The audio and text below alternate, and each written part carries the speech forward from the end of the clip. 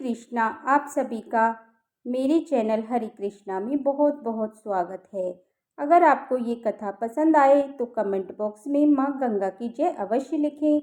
साथ ही अगर आपने मेरे चैनल को सब्सक्राइब नहीं किया है तो सब्सक्राइब कर लीजिए और बेल आइकन को क्लिक जरूर कीजिएगा, जिससे हमारे वीडियो के नोटिफिकेशन आप सभी को मिलते रहें। हिंदू पंचांग के अनुसार बैसाख मास में शुक्ल पक्ष की सप्तमी तिथि को गंगा सप्तमी का पर्व मनाया जाता है। इस दिन मां गंगा के विशेष पूजा की जाती है।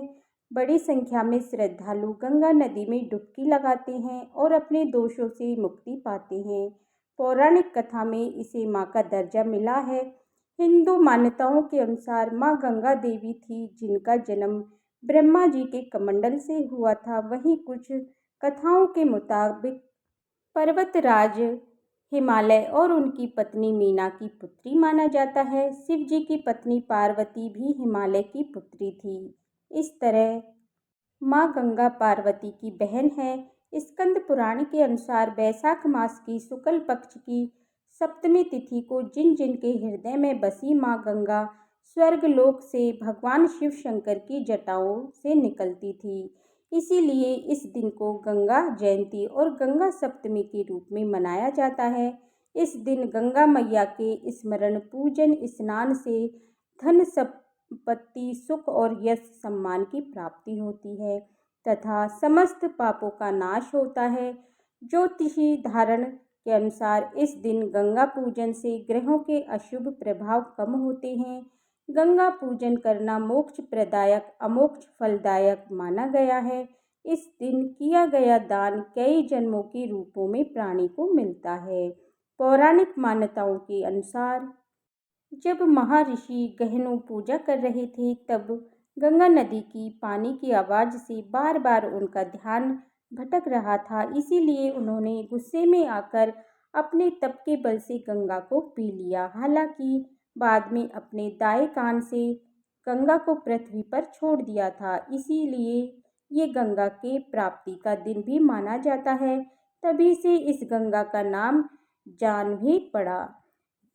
श्रीमद् भागवत महापुराण में गंगा की महिमा बताते हुए शुक्रदेव जी राजा परिचित से कहते, जब शरीर की राख जब गंगा जल में मिलने से राजा सगर के पुत्रों को मोक्ष मिल गया था, तो गंगा जल की कुछ बूंदें पीने और उसमें नहाने पर मिलने वाले पुण्य की कल्पना नहीं की जा सकती। इसीलिए बैसाख महीने की शुक्ल पक्ष की सप्तमी तिथि पर गंगा स्नान, अन्न और कपड़ों का दान, जप तप और उपवास किए जाएं तो इस तरह के पाप दूर हो जाते हैं। गंगा सप्तमी की एक कथा। भागीरथ एक प्रतापी राजा थे। उन्होंने अपने पूर्वजों को जीवन मरण के दोष से मुक्त करने के लिए गंगा को पृथ्वी पर लाने की ठानी। उन्होंने कठोर तपस्या आरंभ की। गंगा उनकी तपस्या से प्रसन्न हुई तथा स्वर्ग से पृथ्वी पर आने के लिए तैयार हो गई। तब उन्होंने भागीरथ से कहा कि यदि वे सीधे स्वर्ग से पृथ्वी पर गिरेंगी तो पृथ्वी उनका वेग सहन नहीं कर पाएगी और रसा तट में चली जाएगी। और यह सुनकर भागीरथ सोच में पड़ गए। गंगा को यह अभिमान था कि कोई उनका वेग सहन नहीं कर सकता। तब भागीरथ ने भगवान शिव की उपासना शुरू कर दी। संसार के दुखों को हरने वाले भगवान शिव प्रसन्न हो गए और भगवान शिव ने भागीरथ से वर मांगने को कहा और भागीरथ ने सब मनोरथ भगवान शिव को बता दिया। गंगा जैसे ही स्वर्ग से पृथ्वी पर उतरने लगी तो गंगा का गर्व दूर करने के लिए भगवान शिव ने उन्हें जटाओं में कैद कर लिया और गंगा छटपटाने लगी और गंगा ने भगवान शिव से माफ़ी मांगी। तब भगवान शिव ने उसे जटा से एक छोटे से पोखर में छोड़ दिया, जहाँ से गंगा 7 धाराओं में प्रभावित हुई। इस प्रकार भागीरथ पृथ्वी पर गंगा का परण करके भाग्यशाली हुए। उन्होंने जनमानस को अपने पुण्य से उपकृत कर दिया। युगों युगों तक बहने वाली माँ गंगा की धारा महाराज भागीरथ की कष्टमयी साधना थी। गाथा कहती है। गंगा प्राणी मात्र को जीवन दान ही नहीं देती, मुक्ति भी देती है। गंगा सप्तमी की पूजा विधि। गंगा सप्तमी के पावन दिन गंगा नदी में स्नान करना चाहिए। लेकिन अगर आप किसी कारण से गंगा में स्नान करने ना जा पाए तो घर में ही नहाने के पानी में गंगा जल मिलाकर स्नान करें। स्नान करते समय माँ गंगा का ध्यान करें। स्नान के बाद घर के मंदिर में दीप प्रज्वलित करें। सभी देवी देवताओं की तस्वीरों पर गंगा जल छिड़कें। गंगा माँ का ध्यान करते हुए पुष्प अर्पित करें। इस पावन दिन घर के मंदिर में माँ गंगा को भोग लगाएं।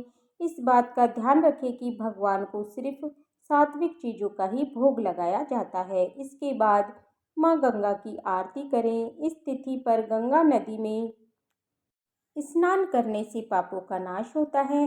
गंगा सप्तमी का महत्व। गंगा सप्तमी के अवसर पर माँ गंगा में डुबकी लगाने से मनुष्य के सभी पाप धुल जाते हैं और मनुष्य को मोक्ष की प्राप्ति होती है। वैसे तो गंगा स्नान का अपना एक अलग ही महत्व है, लेकिन इस दिन स्नान करने से मनुष्य सभी दुखों से मुक्ति पा जाता है। इस पर्व के लिए गंगा सहित मंदिर में और मंदिरों में भी विशेष पूजा अर्चना की जाती है। कहा जाता है गंगा नदी में स्नान करने से 10 पापों का हरण होकर अंत में मुक्ति मिलती है। स्मृति ग्रंथ में 10 प्रकार के पाप बताए गए हैं, कायिक, वाचिक और मानसिक। इनके अनुसार किसी दूसरे की वस्तु लेना शास्त्रों में बताया है कि हिंसा करना, पराई स्त्री के पास जाने, ये 3 तरह के कायिक यानी शारीरिक पाप हैं। वाचिक पाप में कड़वा और झूठ बोलना, पीठ पीछे किसी की बुराई करना और फालतू बातें करना। इसके अलावा दूसरों की चीज़ों को, अन्न को लेना या विचार करना, किसी का बुरा करने की इच्छा मन में रखना और गलत कामों के लिए जिद करना, ये 3 तरह के मानसिक पाप होते हैं। इस दिन दान पुण्य का विशेष महत्व है। शास्त्रों में उल्लेख है कि जीवनदायिनी गंगा में स्नान, पुण्य करना और नर्मदा के दर्शन और मोक्ष दायिनी शिप्रा के मात्र से मोक्ष मिल जाता है।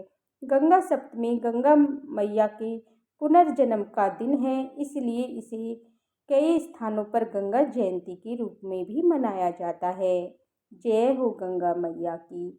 अगर आपको ये वीडियो पसंद आया हो तो कमेंट बॉक्स में जय गंगा मैया अवश्य लिखें। जय हो गंगा मैया की। राधे राधे। हरे कृष्णा।